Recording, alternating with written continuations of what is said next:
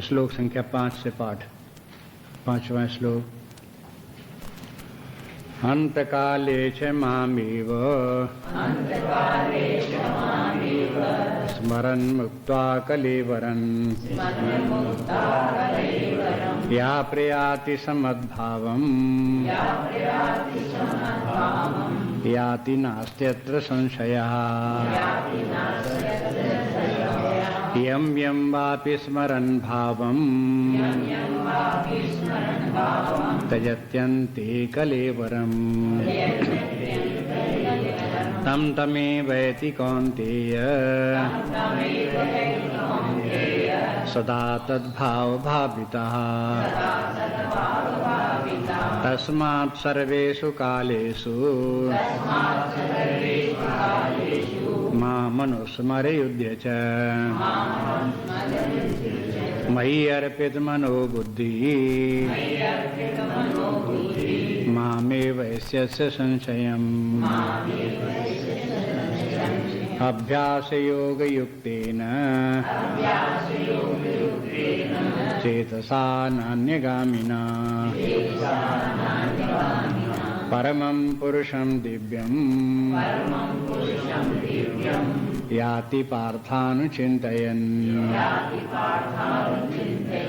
अभ्यास योग युक्तेन चेतसा नान्यगामिना परमं पुरुषं दिव्यं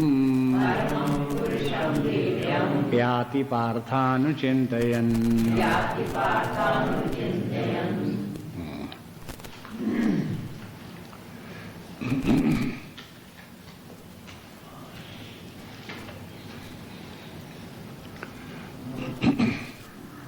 इस अध्याय का प्रारंभ हुआ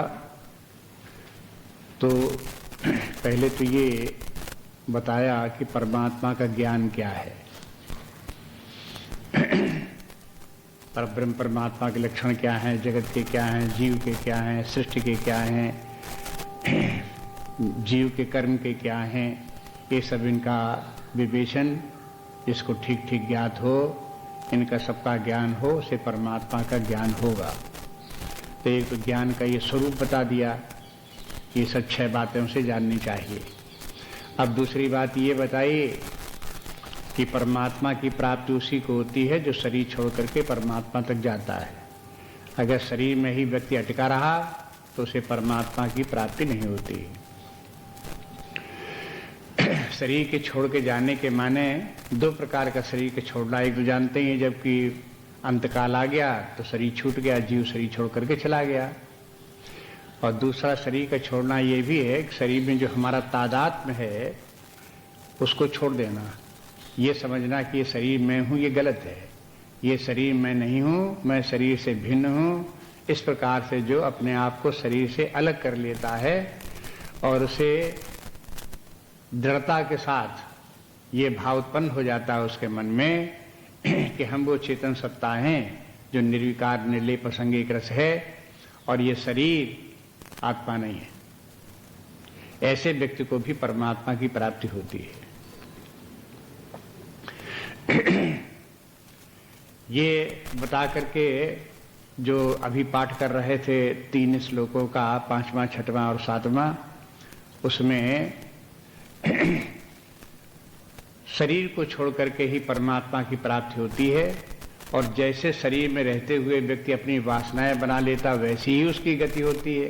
तो अपने आप आपको मालूम हो गया कि एक प्रकार की जीवन स्थिति वो है जिससे परमात्मा की प्राप्ति होती है, एक प्रकार के जीवन स्थिति वो है जिसके के द्वारा व्यक्ति पुनर्जन्म को प्राप्त होता है। अब इन दोनों स्थितियों का वर्णन आगे चल करके विस्तार से करेंगे, लेकिन 3 श्लोकों में ये बता दिया कि शरीर में तादात्म्य रखने वाले व्यक्तियों को बार बार शरीर प्राप्त होते रहते हैं।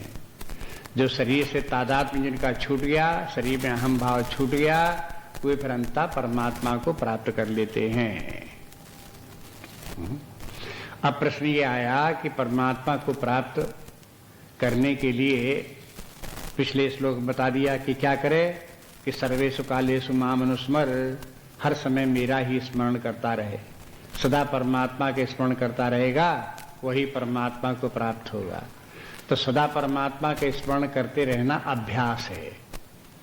ये अभ्यास व्यक्ति को करना पड़ता है।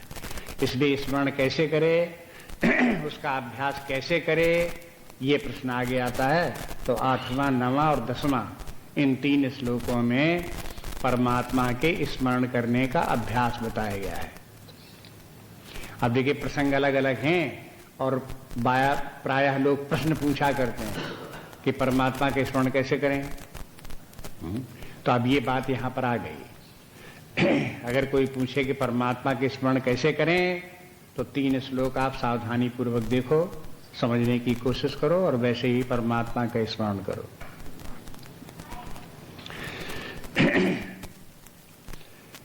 8वें श्लोक का अर्थ है अभ्यास योग युक्तेन, अभ्यास योग से युक्त हो करने पर, और चेतसा नान्य गामिना, और चेतसा अपना चित्त जो है वो हो, अन्य कहीं न जाए, परमम पुरुषम दिव्यम, और एकमात्र परम पुरुषम दिव्य परम पुरुष में ही वो चेतना लगी रहे। तो ऐसा व्यक्ति क्या होता है, याति पार्थानुचिंतयन, हे पार्थ उसका अनुचिंतन करता हुआ परमम पुरुषम याति, वो परम पुरुष को प्राप्त हो जाता है। इन श्लोकों में एक बात ये भी ध्यान रखी गई है कि जो अपनी परम गति है उसका उल्लेख बार बार करते हैं।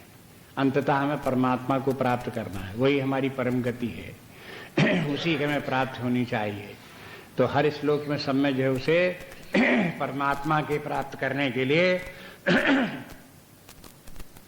संकेत आता रहता है। इस श्लोक में भी है कि परमम पुरुषम दिव्यम पुरुषम याति, वो परम पुरुष परमात्मा को प्राप्त कर लेता है। लेकिन परम पुरुष परमात्मा को प्राप्त करने के लिए व्यक्ति को अभ्यास करना पड़ता है। अभ्यास करने में अभ्यास किस बात का करना पड़ता है? अब 6वें अध्याय में ये बात, अभ्यास की बात आ गई थी, उसको बहुत विस्तार यहां नहीं करते हैं, संक्षेप में कह देते हैं। देखो, कोई बात कहीं ज्यादा विस्तार में होती है, कहीं संक्षेप में होती है। 6वें अध्याय में अभ्यास करने की बात भगवान ने कह दी, ध्यान करो, परमात्मा का स्मरण करो, उसी का अभ्यास करते रहो। अभ्यास के माने वहां भगवान ने बताया कि जब जब अपना चित्त संसार के विषय वस्तुओं में नानात्व में चला जाए, तो वहां से हटा करके पुनः अपने आत्मस्वरूप में परमात्मा भाव में स्थापित करते रहो। इसका नाम है अभ्यास योग। अभ्यास माने रेपिटेशन, पुनरावृत्ति, बार बार उसी कार्य को करना अभ्यास कहलाता है। जैसे कोई व्यक्ति शरीर की एक्सरसाइज करे, व्यायाम करे, तो व्यायाम करने में उसे अभ्यास करना पड़ता है। कोई व्यक्ति बहुत तेज दौड़े, बहुत तेज दौड़ने का उसे अभ्यास करना पड़ेगा। अभ्यास करने के माने क्या हुआ? बार बार वैसे ही दौड़े, करते करते तब अभ्यास डाले, तब अभ्यास होगा। ऐसे ही स्कूलों में आप देखते हो कि पढ़ते हैं बच्चे, तो उनमें अभ्यास लिखा होता है। गणित के सवालों में जगह जगह आप देखोगे, हर जगह अभ्यास अभ्यास।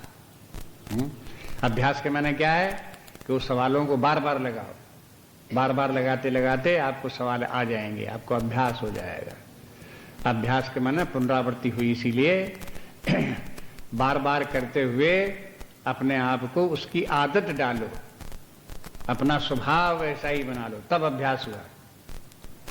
उतना करने में समर्थ हो जाओ, तब अभ्यास हुआ।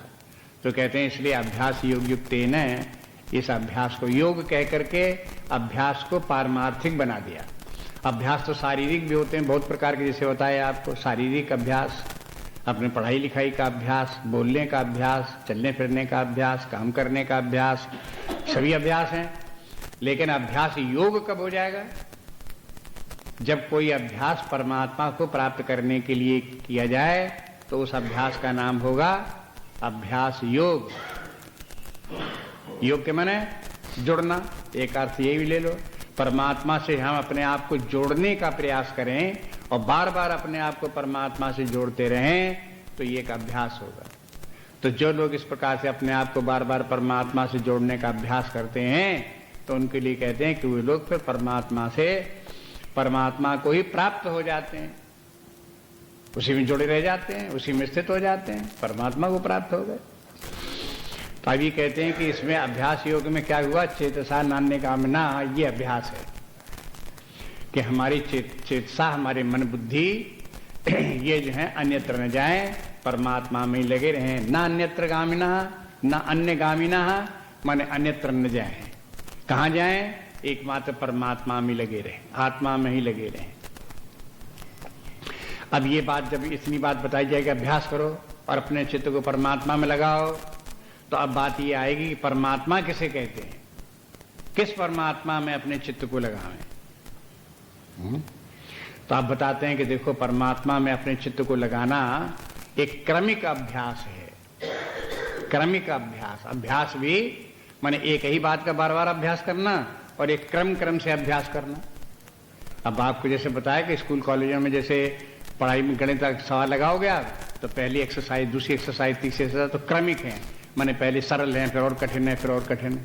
और हर एक्सरसाइज के पहले सवाल आसान होंगे, बाद वाले सवाल कठिन होंगे। ये क्रम रहता है हर जगह। अभ्यास में इस प्रकार से क्रम चलेगा। व्यायाम का भी अभ्यास कोई करे, दंड बैठक भी लगावे, तो पहले 5-5 लगाओ एक दिन, फिर दूसरे दिन 6-6 लगाओ, फिर 7-7 लगाओ, फिर महीने भर के बाद 10-10 करो, फिर 6 महीने के बाद 50-50 करो।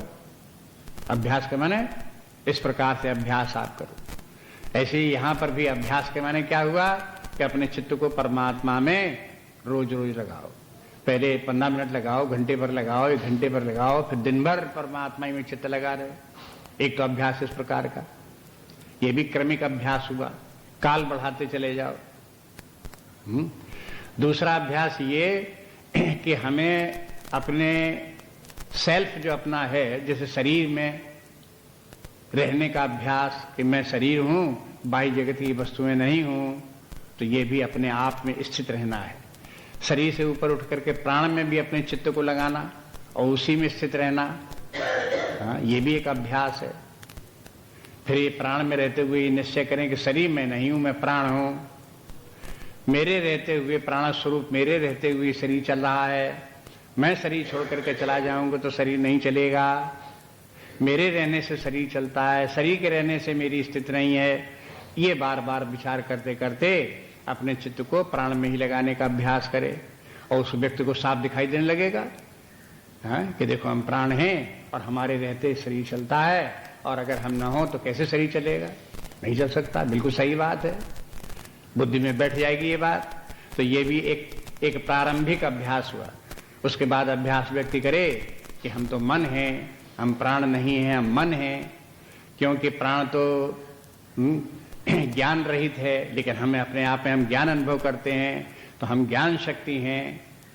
प्राण तो केवल क्रिया शक्ति मात्र है। क्रिया शक्ति का संचालक चेतना ही होती है, तो वो चेतना, वो ज्ञान हम में है। इसलिए हम मन के स्वरूप हैं, बुद्धि स्वरूप हैं, हम प्राण स्वरूप मात्र नहीं हैं। ये अभ्यास करते रहो। इसको कहते हैं योगाभ्यास। अभ्यास योग कहो चाहे योगाभ्यास कहो। पतंजलि ने इसको दूसरे प्रकार से कर दिया। यम नियम का अभ्यास करो, फिर आसन का अभ्यास करो, फिर प्राणायाम का अभ्यास करो, फिर प्राणायाम के बाद चारों तरफ से अपने चित्त को हटा करके अपने भीतर ले जाओ। प्रत्याहार करो। प्रत्याहार के बाद अपने चित्त को एक लक्ष्य में लगाओ, एक बिंदु पर लगाओ, कहीं एक पॉइंट पर। धारणा से कहेंगे। फिर उससे अपने चित्त को उसी में ज्यादा देर तक लगाओ तो फिर ध्यान हो जाए। उसी में स्थित रहो तो समाधि हो जाए। तो एक एक क्रम से आगे बढ़ो। ये कोई आसान काम नहीं है। ये सब इनके अभ्यास जो लोग सारी जिंदगी अभ्यास करते रहते हैं, तब कहीं जाकर के होते हैं। ऐसे नहीं कि पढ़ लिए, जान लिए, हो गए अभ्यास तुरंत। वैसे ही ऐसे नहीं होता। ये लगातार करते करते करते करते तब व्यक्ति को ये अभ्यास होते हैं, उनमें सफलता मिलती है। तो इसलिए चेतसा नान्य गामिना, जिस समय भी आप जैसा ध्यान करो, मान लो प्राण को ही समझो कि मैं आत्मा हूं, प्राण ही मैं हूं, प्राण ही आत्मा है, ऐसा समझ रहे हो, तो भी इसका दृढ़ निश्चय होना चाहिए। फिर अपना चित्त शरीर की तरफ न जाए, ये कभी न कहे कि शरीर में हूं,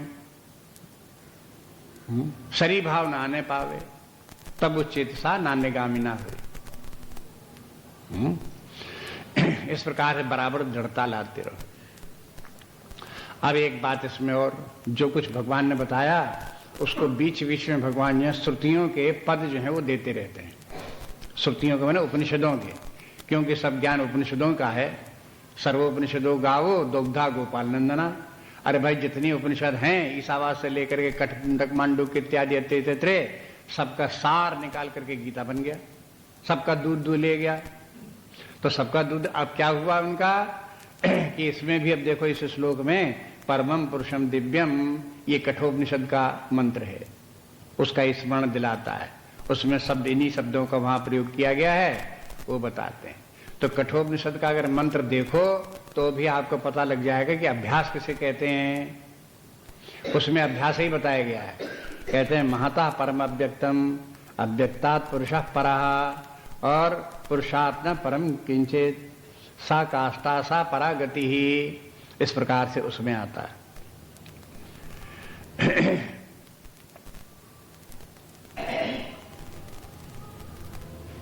एक तो पहले समस्त जगत है। जगत किससे उत्पन्न हुआ? महत्तत्व से उत्पन्न हुआ। इसलिए जगत का कारण जो महत है उसका चिंतन करो। एक ऐसा महत्तत्व है जिससे सारा जगत बन जाता है। महत्तत्व के माने क्या है? सत्व रजस और तमस की साम्यावस्था। जितना भी सत्व गुण है, जितना भी रजोगुण है, जितना भी तमोगुण है, लेकिन ये सब एक दूसरे से मिले नहीं, अलग अलग हैं सब तीनों। तो जब तीनों अलग अलग रहेंगे तो कोई सृष्टि नहीं होगी, कोई रचना नहीं होगी। इसको कहते हैं महत्तत्व। और जब ये तीनों मिलने लगे तो सूक्ष्म और स्थूल सृष्टि बनने लगी। सत्वगुण की अधिकता हो गई तो सूक्ष्म सृष्टि बन गई, तमोगुण की अधिकता हो गई तो स्थूल सृष्टि बन गई। इस प्रकार समस्त सृष्टि ने तीनों के संयोग से बनी। तो अभी जो कुछ जगत हम देख रहे हैं, इस जगत का भी कारण महत्तत्व है। इसलिए महत्तत्व का ध्यान करो, अभ्यास करो कि जगत कुछ नहीं है, महत्तत्व ही है जो कि जगत के रूप में भाषित हो रहा है। ये वेदांती साधना है, उसका अभ्यास है। फिर महत्तत्व के बाद में क्या करो? ये महत्तत्व के भी दो रूप हैं, एक व्यक्त रूप है, एक अव्यक्त रूप है। इस प्रकृति के दो रूप हैं, एक मैनिफेस्टेड फॉर्म, दूसरा अनमैनिफेस्टेड फॉर्म। अनमैनिफेस्टेड को संस्कृत में कहें अव्याकृत, मैनिफेस्टेड को कहेंगे व्याकृत। इस प्रकार से व्याकृत अव्याकृत प्रकृति के दो रूप हैं। तो जो अव्याकृत है उसको कहते हैं अव्यक्त, अव्यक्त, और दूसरा व्यक्त हो गया तो वो व्यक्त हो गया। तो ये महत्तत्व जिसमें सत्व रजस तमस तीनों फंक्शन कर रहे हैं, तीनों हैं, तो वो व्यक्त हो गया। तो महत्तत्व तो है व्यक्त, और व्यक्त से भी अपने जब मूल कारण में और चला गया तब अपना हो गया अव्यक्त हो गया। तो अव्यक्त भी वही तत्व है, और अव्यक्त से उत्पन्न होने वाला व्यक्त भी वही तत्व है, और व्यक्त से नाना रूप जगत का विस्तार होना भी वही तत्व है।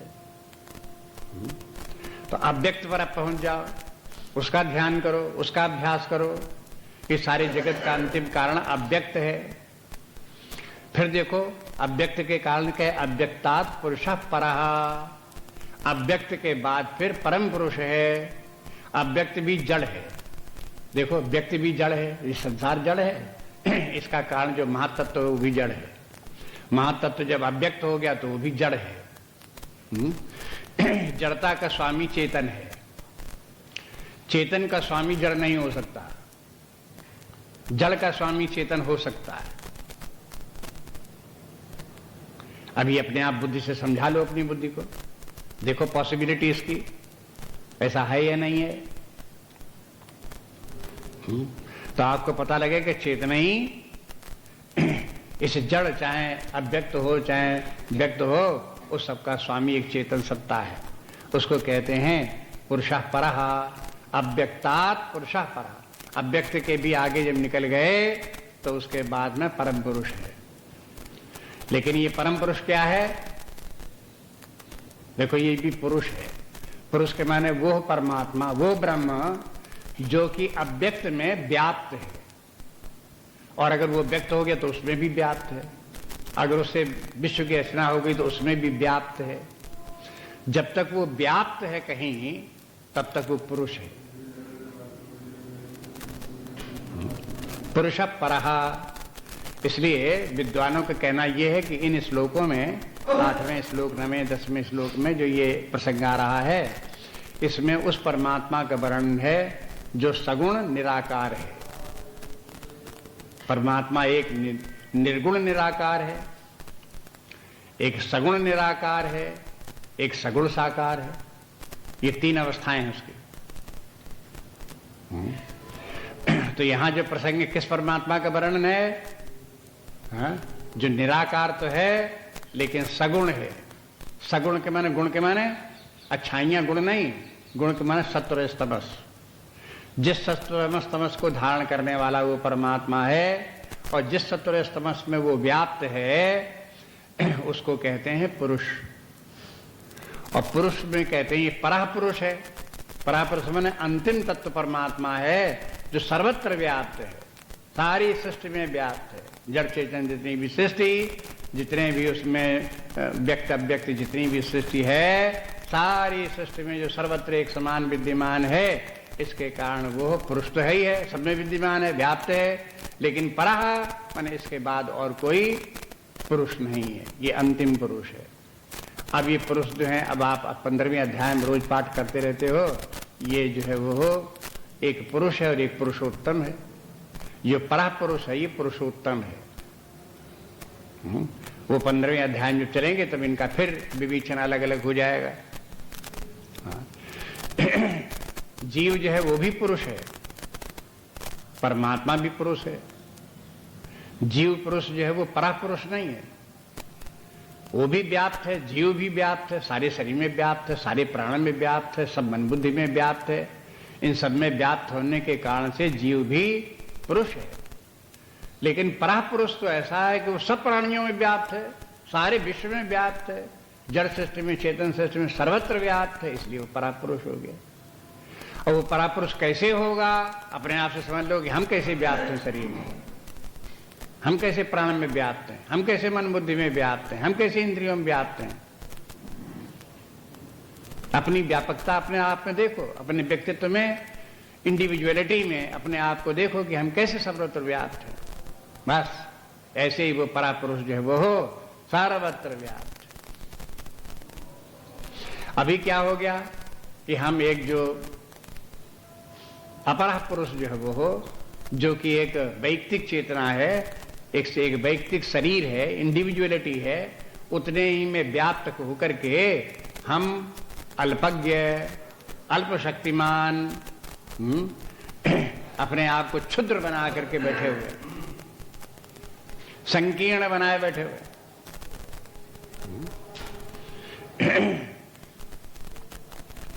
अपने आप को महान बनाने के लिए क्या करो कि इससे बाहर निकलो, अपने आप को व्यापक बनाओ, अभ्यास करो, व्यापक बनने का अभ्यास करो। शरीर से बाहर निकल के कहा अंततः अपने आप को देखो कि ये शरीर तो जो व्यक्तिगत शरीर दिखाई देता है, ये तो पंच महाभूतों से बना हुआ है। वही मिट्टी, पानी इत्यादि जो पंच महाभूत है उसी शरीर बना हुआ है। तो ये शरीर क्या पंच महाभूतों से बना और पंच महाभूतों के एक अंग है और पंच महाभूतों से अलग नहीं है। देखो सारे पंच महाभूतों के बीच में ये पंचभौतिक शरीर है। अब इस पंच महाभूतों से अलग निकाल करके शरीर को रखो तो रह ही नहीं सकता, अलग हो ही नहीं सकता। इसी पांचों पंच महाभूतों के बीच ही में रहेगा। इन पंच महाभूतों से परिपोषित भी होगा, बनेगा भी, और बिगड़ेगा तो उन्हीं पंच महाभूतों में चला जाएगा। इसलिए शरीर और पंच महाभूत दोनों एक ही हैं, कोई अलग अलग चीज थोड़ा है। चाहे पंच महाभूतों का एक छोटा सा पार्ट हो, चाहे संपूर्ण भाग हो, है तो पंच महाभूत ही। इस प्रकार से पंच महाभूत विवेक के द्वारा अपनी बुद्धि की संकीर्णता से उठा करके व्यापकता में लाओ। फिर उसके बाद में देखो ये पंच महाभूत पांच क्या हैं? ये सब के सब सत्व रजस तमस, ये 3 गुणों के ही सम्मिश्रण से ये बने हुए हैं, इसलिए वही 3 गुण ही सब में है। तो जितना पांच भौतिक सृष्टि है सब त्रिगुणात्मक है। हाँ? कहीं सत्व की अधिकता है, कहीं रजस की अधिकता, कहीं तमस की अधिकता। इस प्रकार से सारे जगत को देखो और उनके समय व्याप्त विद्यमान तीन गुणों का अभ्यास करो कि तीन गुण ही सारे जगत के रूप धारण किए हुए। अरे पंच महाभूत में मिट्टी पानी कुछ नहीं है, वो सत्व रजस तमस ही है जो इस प्रकार से इन रूपों में दिखाई दे रहे हैं। फिर उनको देखो कि ये सत्व रजस तमस भी कुछ नहीं है, ये तो एक टेंडेंसी है, ये तो एक शक्ति विशेष है जो कि इन तीन रूपों में प्रकट हो रही है। उसका नाम है अव्यक्त, उसका भी अभ्यास करो, वही हमें। फिर देखो कि उसका भी संचालक, उसका भी अधिष्ठान तत्व एक चैतन्य है जो अनंत होकर के स्वयं अपनी सत्ता से विद्यमान है, जो व्यक्त अव्यक्त नहीं होता, जो सदा एक समान विद्यमान रहता है, जिसमें कि कोई परिवर्तन नहीं आते, जिसमें कोई विकार नहीं आता। इस प्रकार का जो तत्व है वो अंतिम तत्व है, उसका नाम परम पुरुष है। उस परम पुरुष को पहचानो, उसी का ध्यान करो। अंतिम एकदम से परम पुरुष का ध्यान मत करो, क्रम क्रम से करो। इस प्रकार से एक के बाद एक के बाद एक इस प्रकार से बढ़ते जाओ, आगे बढ़ते जाओ, उसी का परमात्मा का ध्यान करो। ये बहुत बार जो है गीता में भी जगह जगह इस प्रकार क्रम दिखाया गया। तीसरे अध्याय में जैसे दिखा दिया कि देखो विषयों से परे इंद्रियां हैं, इंद्रियों से परे मन है, मन से परे बुद्धि है, बुद्धि से परे वह परमात्मा है। तो अभ्यास करो। हाँ? कि विषय ज्यादा महत्वपूर्ण है, ज्यादा महान है कि इंद्रियां महान है। तुलना करो दोनों की, आपको पता लग जाएगी। इंद्रियों की श्रेष्ठता आपको साफ दिखाई देने लगेगी और विषयों की उनकी निकृष्टता दिखाई देने लगेगी। बिना इंद्रियों के चाहे जितने विषय हो वो ग्रहण नहीं किए जा सकते, है ही नहीं उनके लिए, तब उनकी सत्ता ही नहीं है। वो तो इंद्रियों के ऊपर डिपेंड करते हैं। इंद्रियां कार्य कर रही होंगी तो विषय भी होंगे, जब इंद्रिय नहीं तो विषय कहां से आ जाएंगे। ऐसा नहीं है कि इंद्रियां ना हो तो भी विषय हो, फिर नहीं होंगे। बस ये है कि इंद्रियां होंगी तो विषय होंगे, इंद्रियां होंगी तो विषय ना हो या विषय हो, ये दोनों हो सकती है। इसके माने इंद्रियों के ऊपर विषय निर्भर कर रहे हैं, इसलिए विषयों से ज्यादा श्रेष्ठ इंद्रियां हैं। इंद्रियों से भी ज्यादा श्रेष्ठ मन है। मन जब होता है तो वो जिस इंद्रिय के साथ होता है वही कार्य करती है, जहां मन नहीं होता वो इंद्रिय कार्य नहीं करती। अब जैसे सुन रहे हैं इस समय, अगर हमारा मन कानों के साथ में है तो सुनाई देगा। मन कहीं अन्यत्र है, भूतकाल में कहीं विचरण कर रहा है, किसी और चीज को याद कर रहा है तो सुनाई नहीं देगा। वैसे देखते जाओ। तो अब ये सब अभ्यास करो उसको कि देखो कि यह इंद्रियों से श्रेष्ठ मन है, और जो जो श्रेष्ठ होता जाता है उसके बाद ये भी देखते जाओ हम विषय हैं बाह्य जगत के या हम इंद्रियां हैं। फिर देखो कि हम इंद्रियां हैं या हम मन हैं। आपको साफ दिखाई देता जाएगा कि हम मन हैं, इंद्रियां नहीं मन है, मन नहीं बुद्धि है, बुद्धि नहीं, बुद्धि भी जो है वो कभी है कभी नहीं है, जागृतावस्था में है, स्वप्नावस्था में है, सुषुप्तावस्था में है ही नहीं है। लेकिन सुषुप्तावस्था में हम तो हैं ही हैं, तभी तो हम जानते हैं कि एक अवस्था ऐसी भी थी जब मन बुद्धि कार्य नहीं कर रहे थे। इसलिए अपने उस तत्व को पहचानो जो आत्म तत्व है, आत्म तत्व से परमात्मा को पहचानो। इस प्रकार का अभ्यास करते रहो। कई प्रकार से हमने आपको बता दिया, अभ्यास करो। अनेक संप्रदाय अपने भारतवर्ष में हैं, ऐसे दुनिया में अन्यत्र कहीं नहीं है। जैसे कि यहाँ सांप्रदायिक अनेक मतांतर और संप्रदाय हैं, उनमें सब में ये साधनाएं भिन्न भिन्न प्रकार से हैं। कोई कहीं से साधना शुरू करता है, कोई किसी प्रकार से। अष्टांग योग की बात बता दी, वेदांत की बात बता दी आपको।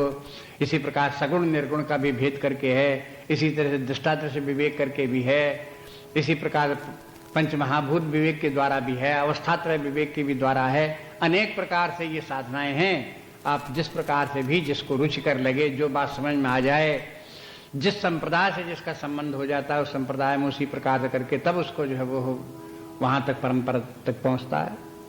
ऐसे ऐसे संप्रदाय जैसे कबीर इत्यादि के हो गए, वो भी अंत में कहां पहुंचे, एक शून्य अटारी है, एक ऐसी अटारी है, एक छत ऐसी है जहां बिल्कुल शून्य है, वहां ध्यान करो बैठ करके। और किसका ध्यान करो?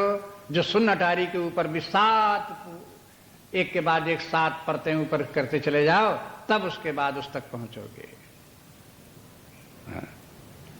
अब ये क्या प्रक्रिया? ये भी अभ्यास है।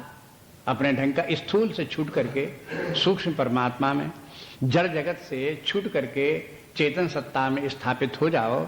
बस यही अभ्यास है। सबका सार संक्षेप सभी संप्रदायों का यही है। चाहे जैसे भी हो, आपको कोई भी नाम रखो, किसी भी प्रकार से हो, लेकिन अभ्यास इस प्रकार का करो। दो बातें ध्यान रखो, स्थूल से सूक्ष्म की ओर, जड़ से चेतन की ओर। आपको जड़ शरीर में भी चेतना लग रही है, हाँ? लेकिन जब आप चलोगे प्राण पर, मन बुद्धि पर आओगे तो आप देखोगे चेतना ज्यादा है। हाँ, शरीर मन को नहीं जानता, लेकिन मन शरीर को जानता है। कौन ज्यादा चेतन है? हाँ? आपको साफ दिखाई देने लगेगा। इस प्रकार देखोगे अधिकाधिक जो चेतना के स्तर बढ़ते गए, उनको एक के बाद एक उनके आगे बढ़ते जाओ, सूक्ष्म की तरफ आगे बढ़ते जाओ, अधिक चेतना की तरफ आगे बढ़ते चले जाओ, अंततः परमात्मा को प्राप्त करो। तो ये कहते हैं कि अंत में जो व्यक्ति इस प्रकार से अभ्यास करता रहता है, परमम पुरुषम दिव्यम याति। दिव्य के माने है सच्चिदानंद स्वरूप आत्मा जो है वो दिव्य है। ये जगत जो है वो हो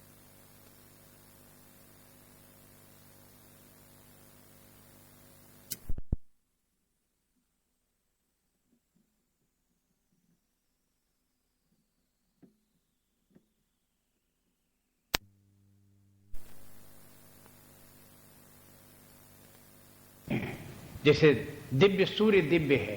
कैसा दिव्य है? चमचमा रहा है, प्रकाशमान है। ऐसी चेतना का चमचमाहट जो चेतना की है वो दिव्यता है। देखो अपने आप में चेतना लगती कि नहीं है?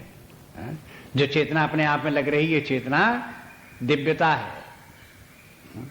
अगर शरीर में से ये चेतना, मान लो जीव चला गया शरीर छोड़ करके, डेड बॉडी पड़ा हुआ है, तो शरीर में दिव्यता रह गई। हाँ, अब अपने आप देखो, जब तक वो जीव है तब तक शरीर दिव्य है, चेतना लग रही है, उसमें दिव्यता है। हाँ? व्यक्ति का चेहरा दिव्य लग रहा है, निर्भय है, प्रसन्न है, दिव्य लग रहा है। तो आप देखो दिव्यता का कैसे प्रयोग किया जाता है, उसी के अनुसार आप अर्थ लगा लो। परम दिव्य तत्व क्या है? परमात्मा है। जो शुद्ध चेतना है वही परम दिव्य है। इसलिए अंत में उसी को प्राप्त कर लेते हैं। तो करना क्या पड़ता है? बोले कि याति अनुचिंतयन याति। याति माने जाता है, पहुंच जाता है, प्राप्त कर लेता है। अनुचिंतन माने बार बार चिंतन करते करते। चिंतन और अनुचिंतन में थोड़ा सा अंतर है, ये आपको बता दिया था पिछली बार जो है वो प्रसंग जब आया था, उसको फिर याद कर लेना, देख लेना। चिंतन के माने है जो पहले का जो अनुभव, पूर्व अनुभव है, उसको फिर से चित्त में लाना चिंतन है, यह स्मरण है। अनुचिंतन के माने यह है कि जब एक चिंतन हो तो उसके बाद दूसरा चिंतन हो, तो वो अनुचिंतन होगा। अनुचिंतन प्रायः इस प्रकार शब्द का प्रयोग करते हैं कि जैसे परमात्मा हमारा चिंतन कर रहा है, हमारा स्मरण कर रहा है। चूंकि परमात्मा हमारा स्मरण कर रहा है तो उसकी प्रेरणा से हम भी परमात्मा का चिंतन कर रहे हैं। तो परमात्मा का तो हो गया हमारे लिए चिंतन, और हमारा हो गया परमात्मा के लिए अनुचिंतन। देखो इस प्रकार से परमात्मा तो सबका चिंतन सदा कर ही रहा है। परमात्मा सर्वत्र व्याप्त है, उसकी चेतना सर्वत्र विद्यमान है, तो सबका चिंतन तो उसका हो ही रहा है। किसी को भूला नहीं है, सबको याद कर रहा है, सबका स्मरण कर रहा है। हम ही ऐसे हैं कि उनको भूल गए। तो भूल गए तो अब क्या करें कि उसका स्मरण करें। तो जब हम उसका स्मरण करेंगे तो अनुचिंतन होगा। दूसरा अर्थ इस प्रकार से भी है कि पहले आप गुरु के पास जाओ, उससे शास्त्र का श्रवण करो, और करते करते परमात्मा को समझो, जानो।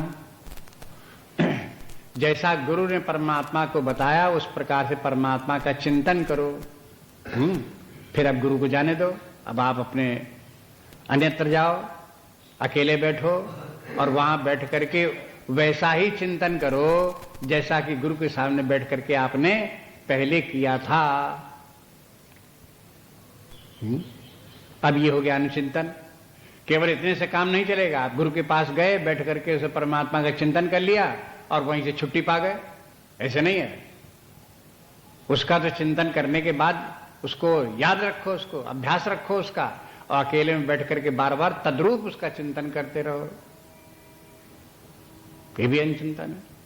आपको जो अर्थ अच्छा लगे, भक्तों को एक अर्थ अच्छा लगता है, ज्ञानियों को दूसरा अर्थ अच्छा लगता है, आपकी अपनी अपनी अपनी बुद्धियां हैं, अपना अपना स्वभाव है, जिसको जिस प्रकार से अच्छा लगे वो उस प्रकार से उसके अर्थ को समझ ले। अगला श्लोक देखिए। कविम पुराणम अनुशासितारम अनोरिणीयांस मनुस्मरेद्या सर्वस्य धातारमचिन्त्य रूपम्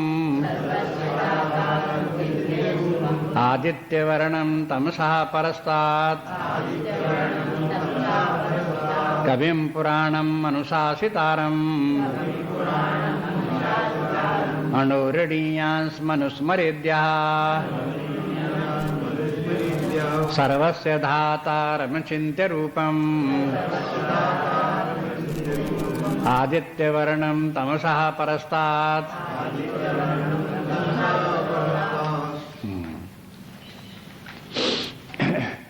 अब जिस परमात्मा का अंत में चिंतन करते करते पहुंचना है, उस परमात्मा का स्वरूप बता देते हैं।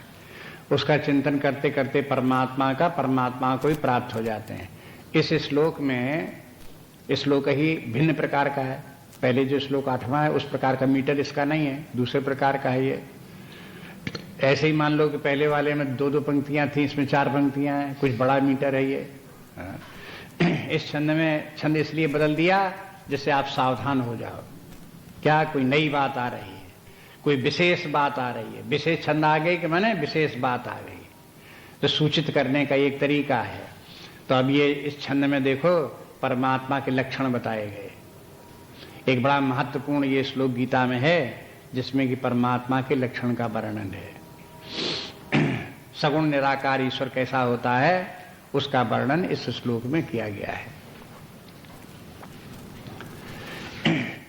इसमें जितने शब्द हैं वो परमात्मा का लक्षण बताने वाले हैं। केवल एक क्रियापद है और वो है स्मरेत, अनुस्मरेत, यह अनुस्मरेत।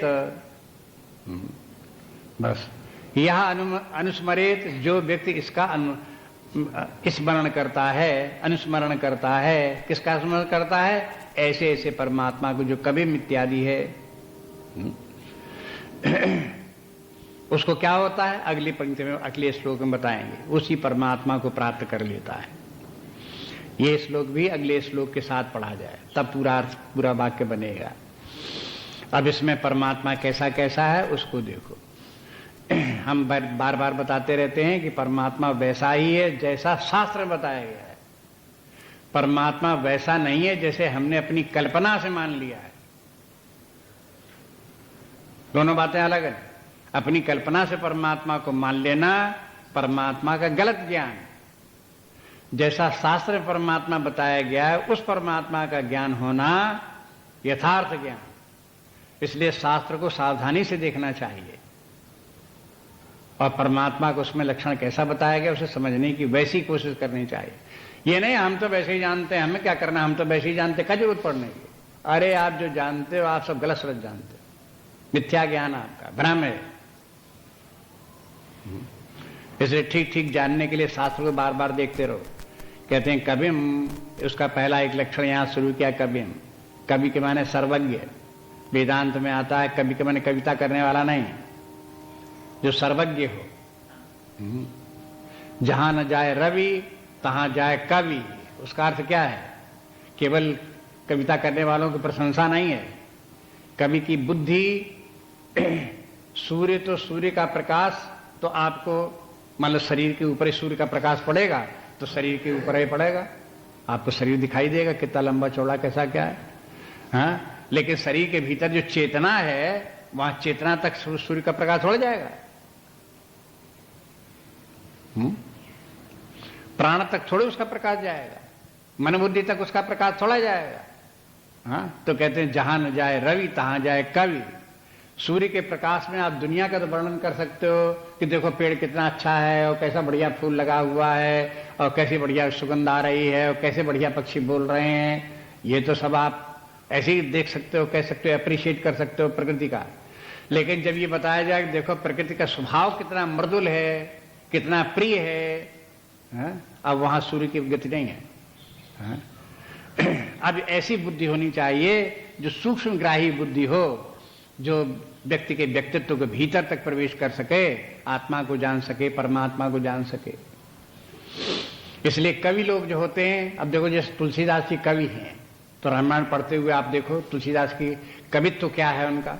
ये नहीं कि उन्होंने बड़े अच्छे छंद लिख दिए, बड़े अच्छे चौपाइयां लिख दी और बड़े अच्छे शब्दों का प्रयोग कर दिया, इस बात में नहीं। कविता इस बात में देखो उनकी कि जब लक्ष्मण बोलेंगे तो लक्ष्मण का स्वभाव उसमें व्यक्त होगा, भगवान राम बोलेंगे तो भगवान राम का स्वभाव उसमें बोलेगा, सीता जी बोलेंगी तो सीता जी का स्वभाव बोलेगा, और रावण बोलेगा तो रावण का स्वभाव बोलेगा। अब तुलसीदास जी की महिमा यह है कि रावण के भी प्राण में घुस जाए भीतर मन में, और भगवान के मन में भी घुस जाए।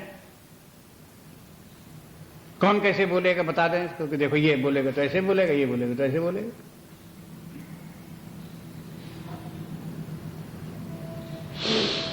ऐसा कभी होना चाहिए। इसलिए आध्यात्मिक साधना करने वाले व्यक्ति धीरे धीरे इसी स्थिति जब परमात्मा को प्राप्त करेंगे, परमात्मा के निकट पहुंचेंगे, या परमात्मा की कोई महिमा उसके अंदर प्रकट होगी, तो उसमें भी यही लक्षण आने लगेंगे। वो व्यक्ति को जब दूसरे व्यक्ति से मिलता है, तो एक साधारण व्यक्ति दूसरे व्यक्ति को मिलता है तो उसका शरीर मात्र देखता है। जो थोड़ा सा व्यक्ति और उसकी बुद्धि निर्मल है, शुद्ध है, बुद्धि के स्तर पर जी रहा होगा, तो जब दूसरे व्यक्ति से मिलेगा तो उसका ध्यान दूसरे व्यक्ति की बुद्धि पर होगा, उसके मन पर होगा, उसके स्वभाव पर होगा। लेकिन आत्मभाव को प्राप्त, परमात्मा भाव को प्रति जब व्यक्ति जब दूसरे व्यक्ति को देखेगा तो उसे क्या दिखाई देगा? शरीर ही मात्र दिखाई देगा। हाँ, उसे शरीर में प्राण मन बुद्धि के अतिरिक्त उनका सबका प्रकाशक जो अनंत चैतन्य वो भी तो दिखाई देगा। ये है सर्वज्ञता। तो ऐसी स्थिति में पहुंच जाएगा जो सर्वज्ञ हो जाएगा, जहां उसे सर्वत्र परमात्मा दिखाई देने लगेगा। इसको देखो, ये कहते कवि, ये तात्पर्य हुआ कवि का। इसीलिए जो साधु पुरुष हैं, महात्मा लोग हैं, उनको दूसरे लोगों का मन साफ दिखाई देता है कि इनके मन में क्या बात है। एक जो है वो हो जड़ बुद्धि का व्यक्ति ऐसा बोलेगा कि उसे ये पता नहीं चलेगा हम जो बोल रहे हैं तो दूसरे व्यक्ति को अच्छा लग रहा है कि बुरा लग रहा है, वो जान ही नहीं पाएगा। और दूसरे व्यक्ति को बुरा लग गया तो भी वो नहीं जान पाएगा कि इसमें दूसरे व्यक्ति को हमारे इस कहने का बुरा लग गया है, जड़ता की वजह से उसे नहीं समझ में आएगा। लेकिन अगर उसका व्यक्तित्व का विकास हुआ है, चेतना उसके अंदर जागृत हुई है, तो तुरंत वो समझ जाएगा कि ऐसा बोलने से दूसरे व्यक्ति के मन में दुख होगा, और बोलेगा तो उसे ये भी दिखाई देगा देखो इसके मन में दुख हो गया। आपके दूसरे के भीतर कैसे दिखाई दे रहा है? देखने की एक सामर्थ्य है जो व्यक्ति में धीरे धीरे विकसित होती है, और ये सामर्थ्य विकसित होती इसी को कवित्व कहते हैं, अंतर्दृष्टि कहते हैं, सूक्ष्म दृष्टि कहते हैं। ये व्यक्ति के अंदर विकसित होती है। समाज में प्रायः लोगों को इस बातों की चर्चा होती ही नहीं है कि जब एक व्यक्ति दूसरे से मिलता है तो लोगों की दृष्टियां भिन्न भिन्न प्रकार की होती हैं। जो व्यक्ति जिस स्तर का होता है उसी स्तर से बात करता है, और उसी स्तर से उसको दूसरे व्यक्ति के अंतर स्थिति का भी पता चलता है।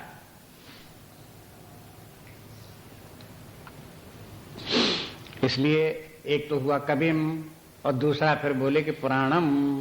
वो परमात्मा जो ऐसा कवि सर्वज्ञ परमात्मा है, यहां साधारण रूप से एक शब्द बोलो, परमात्मा सर्वज्ञ है, सर्वत्र विद्यमान है, और सबको विशेष रूप से और सामान्य रूप से सब जानता है।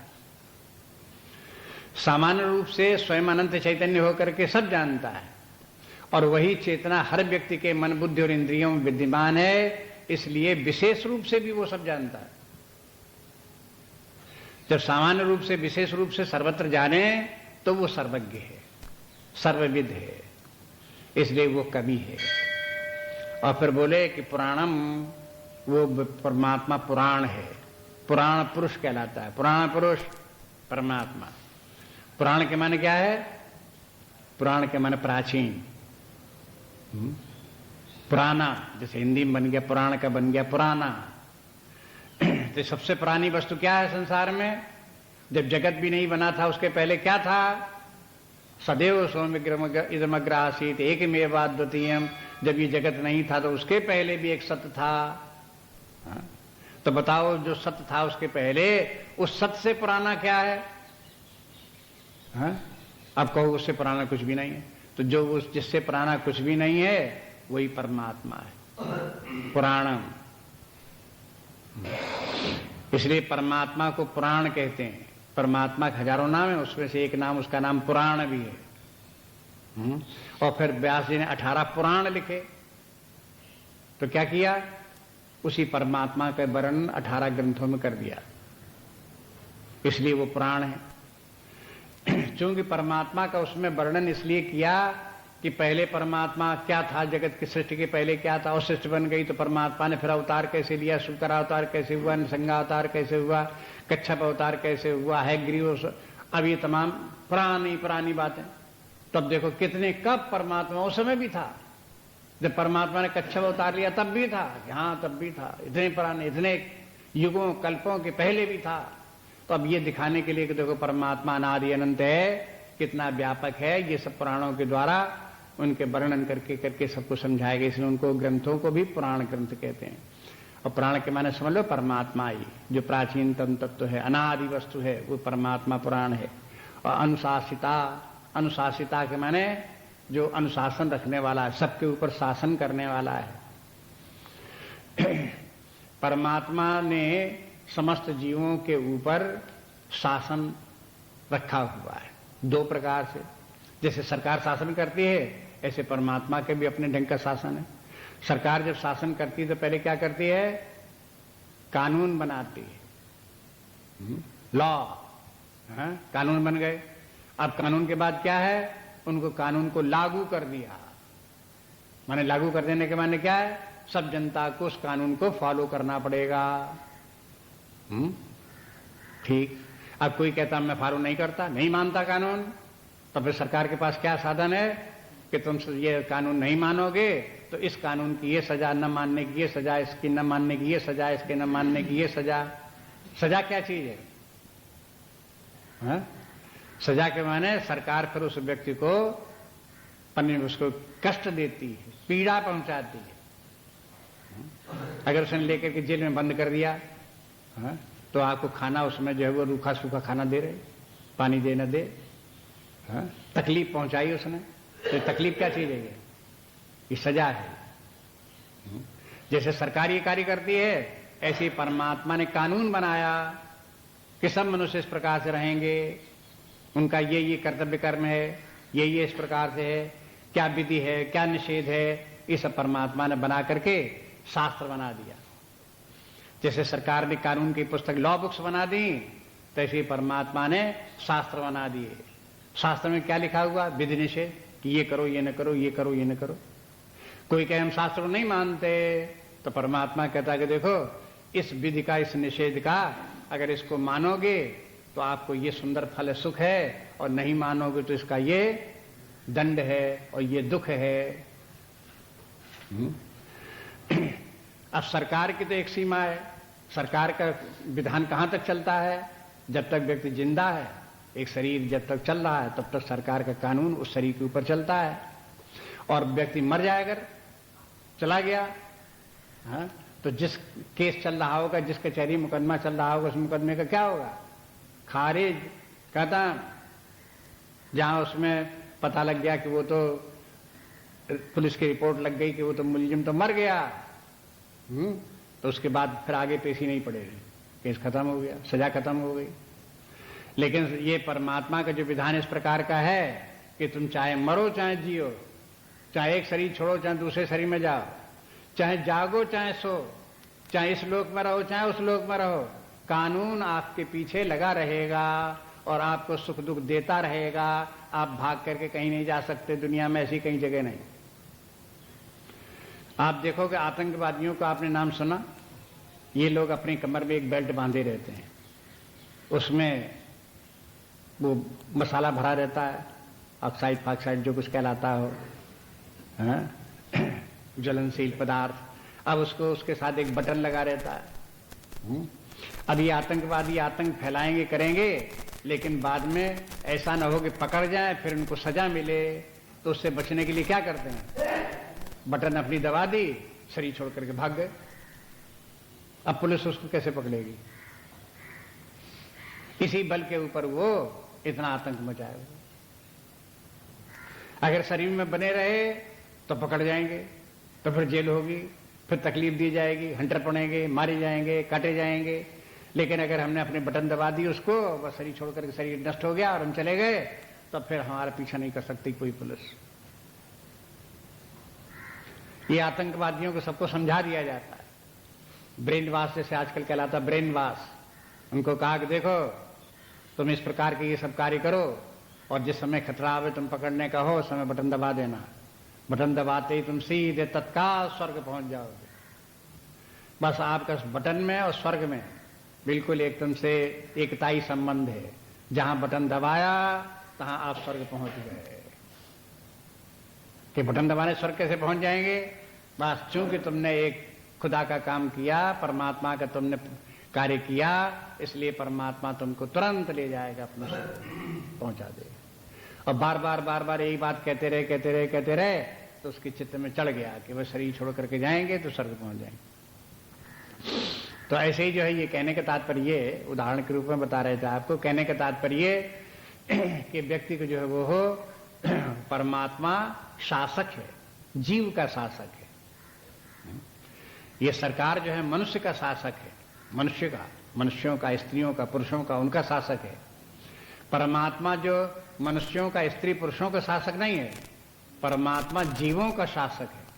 जो जीव शरीर में वास करते हैं उनका शासक होने के कारण वो जीव चाहे एक शरीर में रहे चाहे दूसरे शरीर में रहे, परमात्मा उसके ऊपर शासन करेगा। ऐसा अनुशासिता है। और अणुरणीयाम, वो परमात्मा सबसे सूक्ष्माति सूक्ष्म है, अणु से भी अणु है। अणुरणीयाम के माने अणु से भी ज्यादा अणु, अणु के माने सूक्ष्म, सूक्ष्म के माने सटिल, सूक्ष्म के माने स्मॉल नहीं है, टाइनी नहीं है, सूक्ष्म के माने सटिल।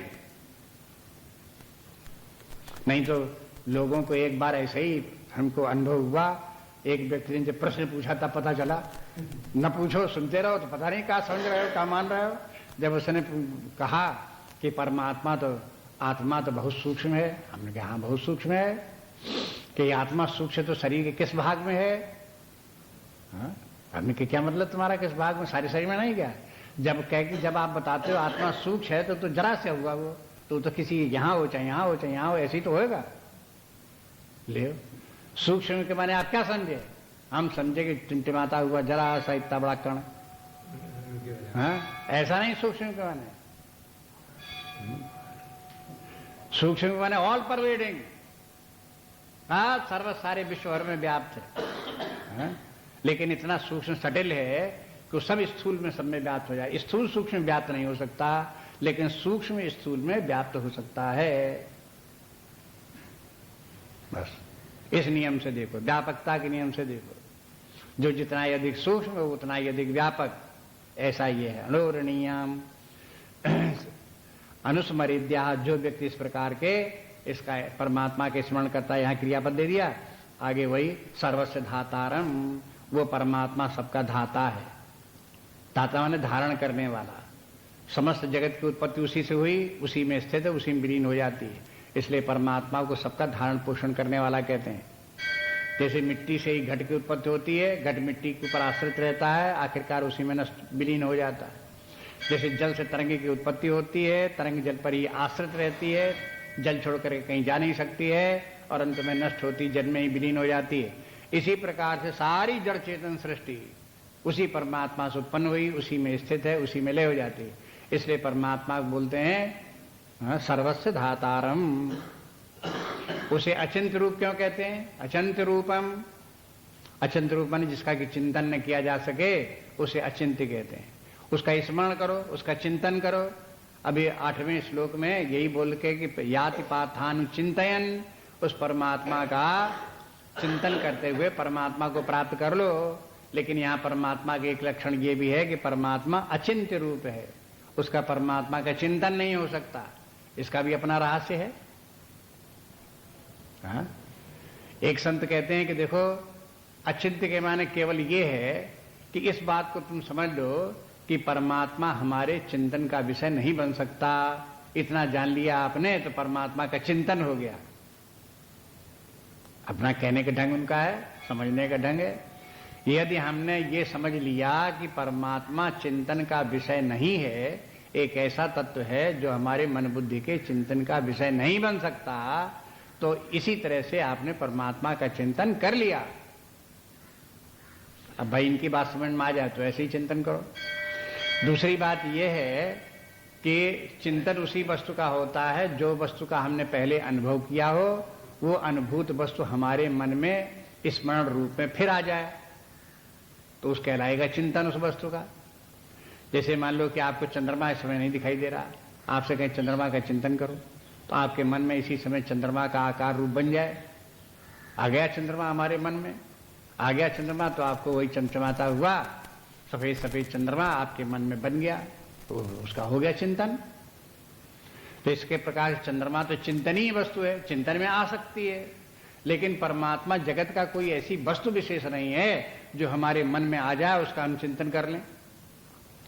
फिर उसका चिंतन कैसे होगा? तो कहते हैं अपने मन बुद्धि को उस परमात्मा में लगाओ, परमात्मा को मन बुद्धि में मत लाओ, बल्कि इस बात को समझो कि परमात्मा अनंत चैतन्य होकर के विद्यमान है, वो सर्वत्र विद्यमान है, और उसी से हमारी मन बुद्धि की वृत्तियां उत्पन्न होती हैं। जब मन बुद्धि की वृत्तियां शांत हो जाएं, तब आप समझो कि अब हम परमात्मा तक पहुंच गए। इस प्रकार से परमात्मा का चिंतन करो।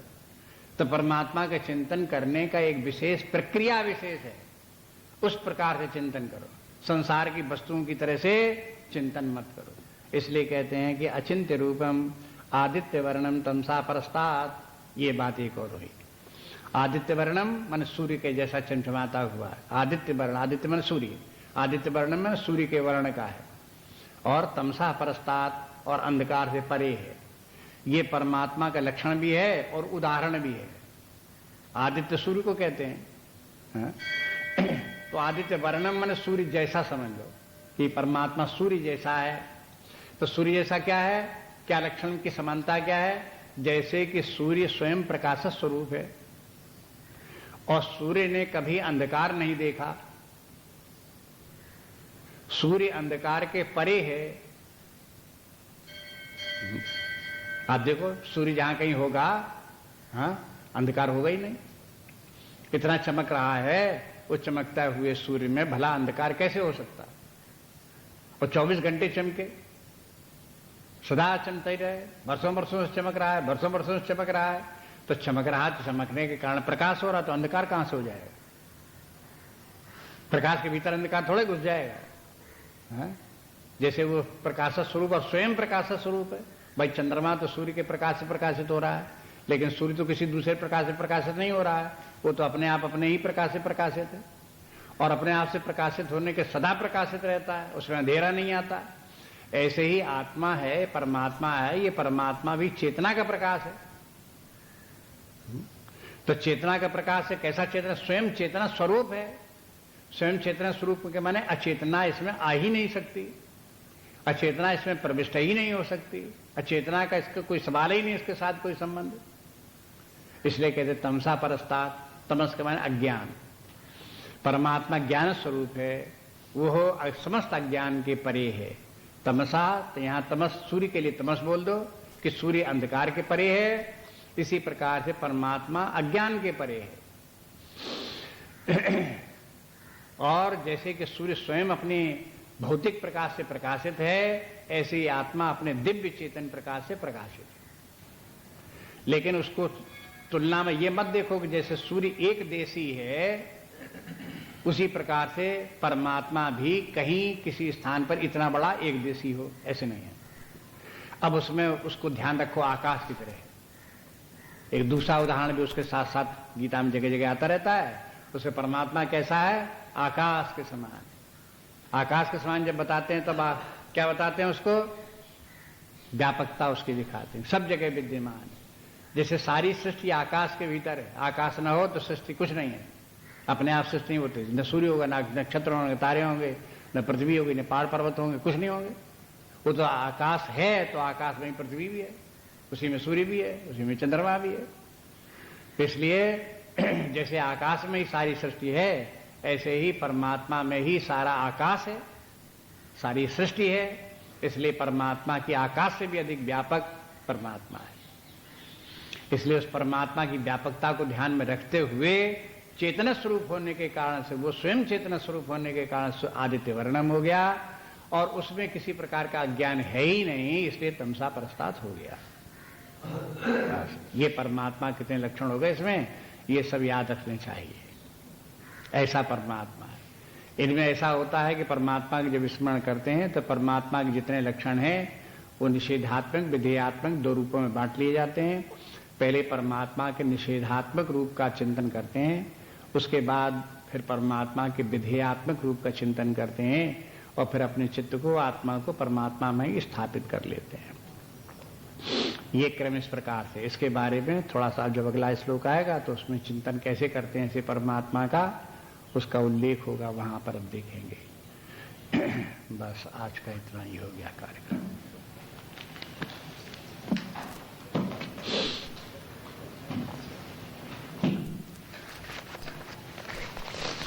थोड़ा सा नाम जप के पहले, समापन के पहले